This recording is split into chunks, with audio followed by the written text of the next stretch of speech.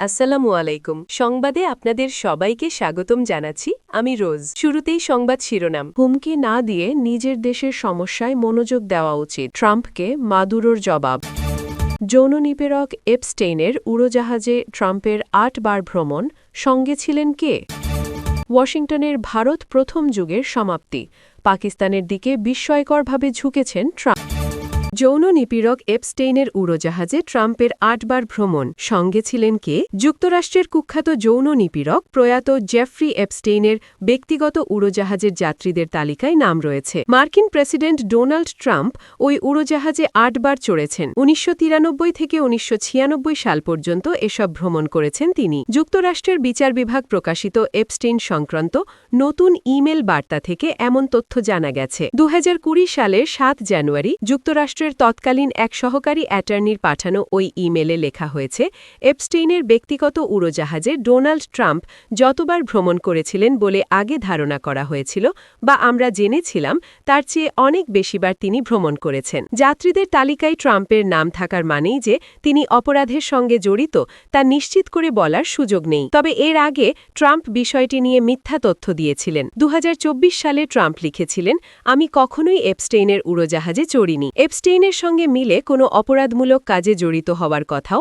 অস্বীকার করেছেন ট্রাম্প। মার্কিন বিচার বিভাগ বলেছে, গতকাল মঙ্গলবার প্রকাশিত কিছু নথিতে ট্রাম্প বিরোধী অসত্য এবং সংবেদনশীল তথ্য উল্লেখ করা আছে। ট্রাম্পের সঙ্গে এপস্টেইনের দীর্ঘদিনের বন্ধুত্ব ছিল, তবে ট্রাম্প বলেছেন এপস্টেইন প্রথমবার গ্রেপ্তার হওয়ার অনেক আগেই তাদের সম্পর্ক শেষ হয়ে গিয়েছিল। মার্কিন কংগ্রেসে পাশ হওয়া একটি আইনের আওতায় সম্প্রতি যুক্তরাষ্ট্রের বিচার বিভাগ এপস্টেইন সংক্রান্ত ৩০,০০০-এর বেশি পৃষ্ঠার কিছু নতুন নথি প্রকাশ করেছে। ওই আইনের আওতায় বিচার বিভাগের ওপর গত শুক্রবার নাগাদ এপস্টেইন সংশ্লিষ্ট পূর্ণাঙ্গ নথি প্রকাশের বাধ্যবাধকতা ছিল। গতকাল এক বিবৃতিতে বিচার বিভাগ বলেছে, নথিগুলোর কোনোটির মধ্যে ২০২০ সালের নির্বাচনের ঠিক আগে প্রেসিডেন্ট ট্রাম্পের বিরুদ্ধে যুক্তরাষ্ট্রের কেন্দ্রীয় তদন্ত সংস্থা এফবিআইয়ে জমা দেওয়া মিথ্যা এবং অতিরঞ্জিত দাবি রয়েছে। স্পষ্ট করা যাক, এসব দাবি সম্পূর্ণ ভিত্তিহীন এবং মিথ্যা।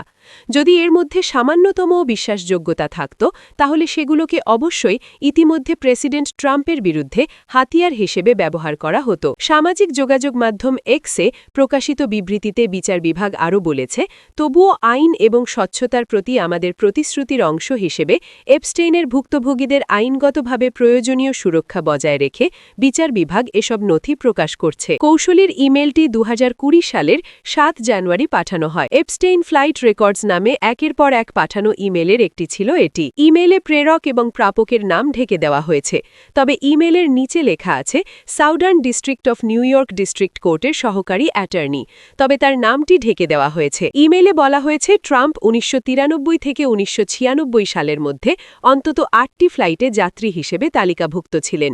এর মধ্যে অন্তত ৪টি ফ্লাইটে ম্যাক্সওয়েলও উপস্থিত ছিলেন।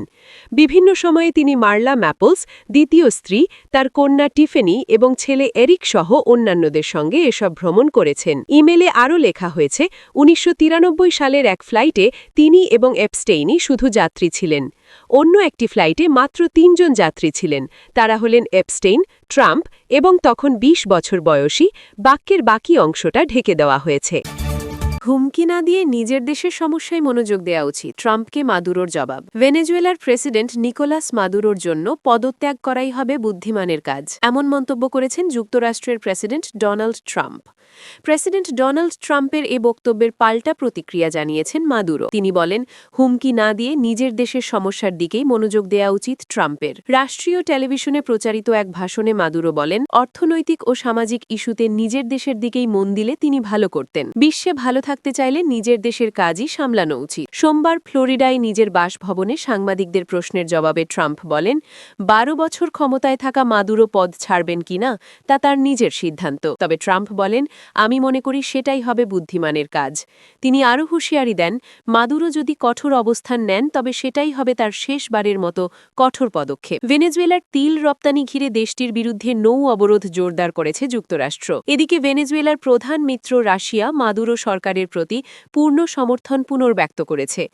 ইউক্রেন যুদ্ধের মধ্যে থাকা মস্কো এই অবস্থান নেয় মঙ্গলবার অনুষ্ঠেয় জাতিসংঘ নিরাপত্তা পরিষদের বৈঠকের আগের দিন। ওই বৈঠকে ভেনেজুয়েলার ক্রমবর্ধমান সংকট নিয়ে আলোচনা হওয়ার কথা। রাশিয়া ও ভেনেজুয়েলার পররাষ্ট্রমন্ত্রীদের মধ্যে ফোনালাপে যুক্তরাষ্ট্রের সাম্প্রতিক পদক্ষেপের কড়া সমালোচনা করা হয়। এই পদক্ষেপগুলোর মধ্যে রয়েছে কথিত মাদক পাচারের অভিযোগে নৌযানে হামলা ও 2টি তেলবাহী ট্যাঙ্কার জব্দ। রাশিয়ার পররাষ্ট্র মন্ত্রণালয় জানায়, সের্গেই লাভরভ ও ভেনেজুয়েলার পররাষ্ট্রমন্ত্রী ইভান গিলের মধ্যে আলোচনায় ক্যারিবীয় সাগরে যুক্তরাষ্ট্রের কার্যক্রম নিয়ে গভীর উদ্বেগ প্রকাশ করা হয়। মন্ত্রণালয়ের বিবৃতিতে বলা হয়, এসব পদক্ষেপ অঞ্চলের জন্য গুরুতর পরিণতি ডেকে আনতে পারে এবং আন্তর্জাতিক নৌ চলাচলকে হুমকির মুখে ফেলতে পারে। বিবৃতিতে আরও বলা হয়, বর্তমান প্রেক্ষাপটে ভেনেজুয়েলার নেতৃত্ব ও জনগণের প্রতি রাশিয়া পূর্ণ সমর্থন ও সংহতি পুনর্ব্যক্ত করেছে। রাশিয়ার বিবৃতিতে বলা হয়, আন্তর্জাতিক অঙ্গনে বিশেষত জাতিসংঘে উভয় দেশ সমন্বিতভাবে পদক্ষেপ নেওয়ার বিষয়ে একমত হয়েছে। ভেনেজুয়েলার আর এক মিত্র চীনও নিরাপত্তা পরিষদের বৈঠক ডাকার পক্ষে সমর্থন দিয়েছে। ভেনেজুয়েলার অভিযোগ, এটি চলমান মার্কিন আগ্রাসন নিয়ে আলোচনার জন্য প্রয়োজন। টেলিগ্রামে দেওয়া এক বার্তায় ভেনেজুয়েলার পররাষ্ট্রমন্ত্রী ইভান গিল জানান, তিনি ও রাশিয়ার পররাষ্ট্রমন্ত্রী সের্গেই লাভরভ ক্যারিবীয় অঞ্চলে সংঘটিত আগ্রাসন ও আন্তর্জাতিক আইনের প্রকাশ্য লঙ্ঘন নিয়ে আলোচনা করেছেন। এর মধ্যে রয়েছে জাহাজে হামলা, বিচার বহির্ভূত হত্যাকাণ্ড ও যুক্তরাষ্ট্র সরকারের চালানো বেআইনি জলদস্যুতা কার্যক্রম। গিল বলেন, এসব গোষ্ঠী তৎপরতার মুখে মস্কোর পূর্ণ সমর্থন পুনর্ব্যক্ত করেছেন লাভরভ। ওয়াশিংটনের ভারত প্রথম যুগের সমাপ্তি, পাকিস্তানের দিকে বিস্ময়করভাবে ঝুঁকেছেন ট্রাম্প। দক্ষিণ এশিয়ায় ওয়াশিংটনের দীর্ঘদিনের ভারত প্রথম নীতি কার্যকরভাবে শেষ হয়েছে। পাশাপাশি পাকিস্তান যুক্তরাষ্ট্রের কেন্দ্রীয় কৌশলগত অংশীদার হিসাবে আবির্ভূত হয়েছে। মার্কিন প্রেসিডেন্ট ডোনাল্ড ট্রাম্পের আঞ্চলিক নীতিতে বড় পরিবর্তনের পর 2025 সালে পাকিস্তান মার্কিন সম্পর্ক একটি রূপান্তরমূলক পর্যায়ে প্রবেশ করে। মার্কিন সংবাদ মাধ্যম দ্য ওয়াশিংটন টাইমসের প্রতিবেদনে এসব তথ্য উঠে এসেছে। গত রোববার প্রকাশিত Trump's surprising policy turn on Pakistan শীর্ষক ওই প্রতিবেদনের শুরুতে বলা হয়, গত জানুয়ারিতেও পাকিস্তানের সঙ্গে যুক্তরাষ্ট্রের কূটনৈতিক ও জাতীয় নিরাপত্তা সম্পর্ক খুব একটা সৌহার্দ্যপূর্ণ ছিল না। ইসলামাবাদকে তালেবানের সঙ্গে ঘনিষ্ঠ, রাজনৈতিকভাবে প্রশ্নবিদ্ধ ও কূটনৈতিকভাবে কিছুটা বিচ্ছিন্ন হিসাবে দেখা হতো। 2022-23 সালের বন্যা থেকে ধীরে ধীরে উঠে দাঁড়ানো ও মোট দেশজ উৎপাদনের সাম্প্রতিক প্রবৃদ্ধি সত্ত্বেও দেশটির